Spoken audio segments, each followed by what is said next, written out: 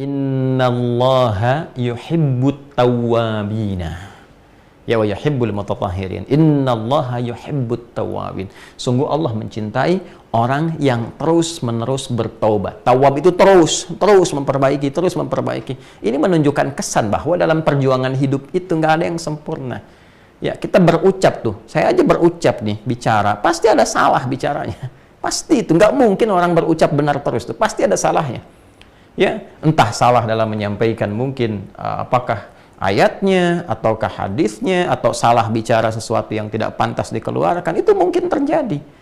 Nah, sepanjang manusia ketika sadar, kadang Allah ingatkan lewat orang-orang sekitaran, ya, kalimatnya nggak enak untuk didengar, tidak pantas untuk diucapkan, kalimat yang kurang bagus. Sadar kita itu, kita perbaiki. Ya, saat memperbaiki itu dilakukan karena Allah berikan petunjuk itu, cinta Allah turun. Maka terjagalah lisan itu. Nah, bukti cinta itu kemudian kita dapati, kita punya kekuatan untuk menjaga kemudian apa yang pernah salah itu menjadi lebih soleh, lebih baik. Gitu. Ya, sama sampai ke ujung kaki, ke tangan, ke kaki. Nggak ada yang selamanya itu baik. Ya, teman-teman yang di rumah tangga, kita bawa babnya ke rumah tangga. Apakah akan mendapati selama suami sempurna? Ya, apakah istri akan mendapati selamanya suami itu sempurna? Mustahil. Pasti ada salahnya. Sepanjang dia manusia, pasti ada salahnya. Istri juga begitu, nggak akan selamanya baik. Pasti ada salahnya di situ. Ya, karena itulah kemudian ketika menemukan hal-hal yang seperti itu, maka cari jalan untuk menyempurnakannya. Maka cinta Allah diturunkan. Saat cinta itu turun, itulah yang didapatkan samara. Ya, sakinah, mawaddah, dan rahmah. Ya, konsep yang tadi di rumah tangga ditarik ketemu Quran surah keempat, An-Nisa ayat 19. Ya kan? Fa in karihtumuhunna fa asa an takrahu syai'a wa yaj'alallahu fihi khairan katsira. Lihat di ujungnya. Kalau engkau mendapati pasanganmu itu ada sesuatu yang kurang dan engkau nggak suka itu, ya kan? Jangan marah dulu. Ya, diam dulu, gitu kan? Tenang, supaya lebih jernih dalam berpikir. Setelah itu engkau kaji. Oh, engkau temukan, disitulah ketika engkau ketemukan kekurangan di pasanganmu, itulah hikmahnya Allah kirimkan engkau untuk menyempurnakannya. Ya kan? Jelas ya? Baik, ini gambarannya teman-teman sekalian. Baik. Nah, ini sesuatu yang sangat mahal. Nah, ketika ini diambil, ada pahala. Nah, jadi konsep pahala itu jangan digambarkan kepada perbuatan ma'ruf saja. Ya, hal-hal yang positif, yang sholat, yang puasa, yang zakat, ngaji Quran, tapi meninggalkan maksiat pun itu ada pahalanya. Meninggalkan salah untuk mengambil soleh itu ada pahalanya. Dan menariknya, itu masuk dalam perbuatan hasanah juga. Ya, jadi hasanah itu sifat baik yang punya nilai pahala, ya kan? Sifat baik yang punya nilai pahala itu dibagi dua. Ada yang sifatnya amar ma'ruf, ada yang sifatnya nahi mungkar. Ya, ketika Anda sholat itu amar ma'ruf. Ketika Anda meninggalkan maksiat itu nahi mungkar.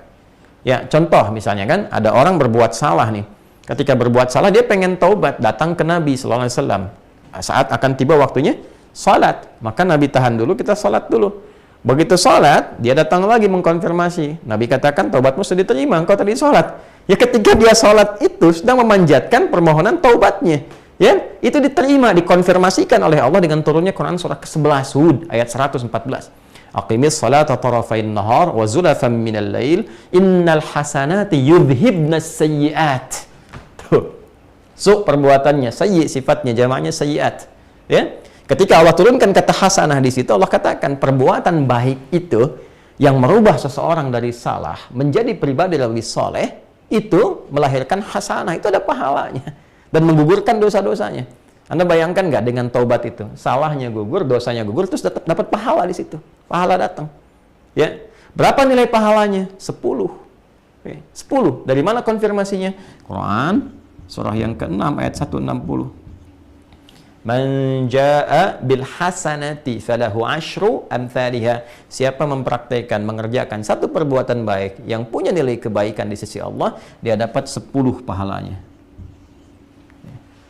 Ini perhatikan, ini bukan ilmu tak-atik ya, tapi begitu kuatnya kesesuaian dengan lafaz-lafaz dan penempatan ayat-ayat Al-Qur'an. Jadi kita itu saat meninggalkan perbuatan buruk, untuk membedakan fitrah manusia kita dengan setan, Allah berikan 10 poin kebaikan. Jangan dihitung 1, 2, 3, 4 begitu. Jarak 1 ke 2, 3 ke 4 itu begitu mahal. Analoginya kita ke masjid saja baru nyampe udah 25. Jarak 1 ke 2-nya 500 tahun. 2 ke 3, 500 tahun. Coba lihat ini. Lihat baik-baik ya. Fokus baik-baik. Fitrah manusia, Quran surah 7 ayat 22. Ketika salah, diingatkan, dikonfirmasi, dia bertekad menjadi saleh. setan, Quran surah 7 ayat 12. Lihat baik-baik. Ketika dikonfirmasi diingatkan, dia angkuh. Konfirmasi keangkuhannya ayat 13, ini konfirmasi kesalehan manusia ayat 23. Perhatikan baik-baik. 22 kurangi 12, bukankah 10? Konfirmasi, 23 kurangi 13, bukankah 10?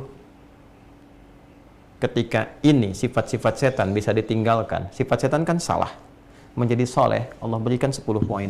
Konfirmasi Quran surah 6 ayat 160. Ini mahal ilmunya.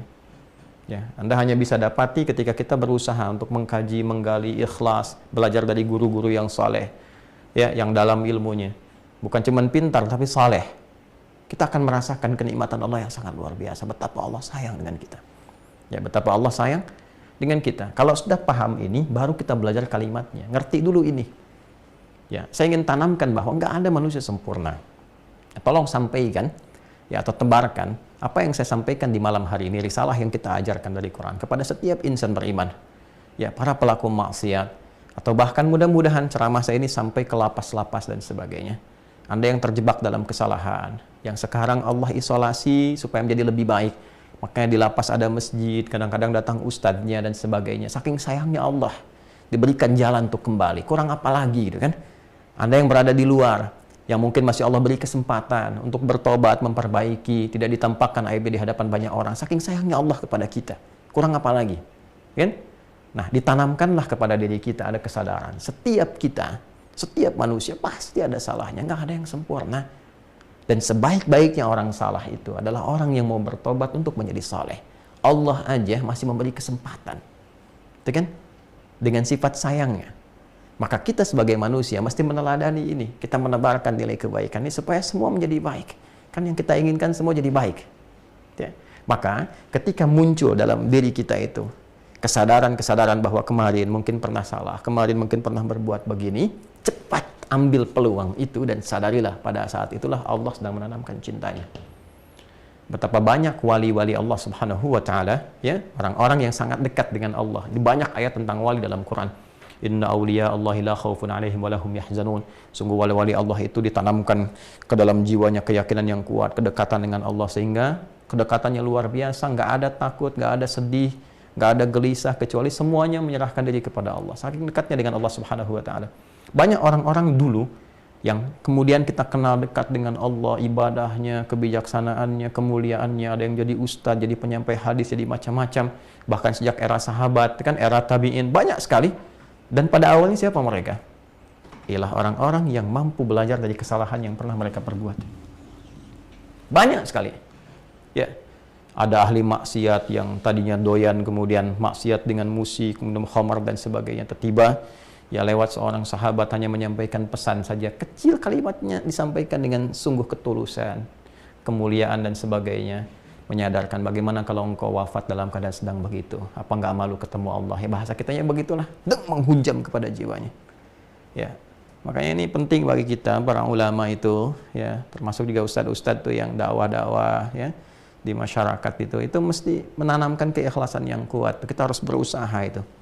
Ya, godaannya begitu banyak, materi, popularitas macam-macam, tapi kekuatan itu mesti ada keikhlasan supaya menghujam kalimatnya ke jiwa. Bukan cuma jadi konten gitu ya. Orang ingat itu, ingat, tapi tidak merubah hatinya. Ini problem.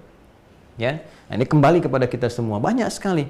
Ada yang tadinya pembegal, tiba-tiba belajar dari kesalahannya, dia tobat, diterima tobatnya oleh Allah, tiba-tiba jadi ahli hadis. Kan Jundub bin Junada, Abu Dzar Al-Ghifari, kita kenal sampai sekarang. Banyak sekali kisah inspiratif. Makanya penting kita merubah bacaan-bacaan kita sekarang itu lebih mengedukasi diri kita pribadi. Kenapa sih harus baca sesuatu yang nggak ada manfaatnya? Ya harus memviralkan hal-hal yang nggak penting gitu. Ya saya juga heran sama media-media sekarang tuh. Ya yang ditampilkan tuh yang jelek-jeleknya, yang isinya tuh nggak ada faidah, nggak ada manfaatnya. Itu kan nggak mengedukasi gitu, ya kan? Sedangkan kita menginginkan bangsa kita maju, bangsa kita itu pintar, bangsa kita itu bisa makmur, bisa hebat. Tapi berita yang disajikan isinya sampah. Ya mohon maaf gitu. Yang kalau kita lihat tuh 85% berita sekarang, silahkan klik tuh rata-rata apa? Ya, apakah perselingkuhan, apakah ini yang korupsi, ini pencurian, pembunuhan, terus kronologisnya diajarin lagi di situ tuh. Itu kan yang nggak perlu gitu. Mohon izin ya teman-teman, kita rasanya kenapa media itu semakin meningkatkan konten yang seperti itu karena ada peminatnya. Nah, inilah pentingnya kita edukasi sebagai umat Islam. Jauhi yang seperti itu. Ya, baca yang bagus-bagus. Dulu saya pikir era 90-an, 2000 awal itu buku-buku itu bagus-bagus sekali. Kisah-kisah inspiratif, kisah ini, kisah itu, bacaan-bacaan bagus. Itu yang perlu kita kumpulkan sehingga kita teredukasi dalam kebaikan.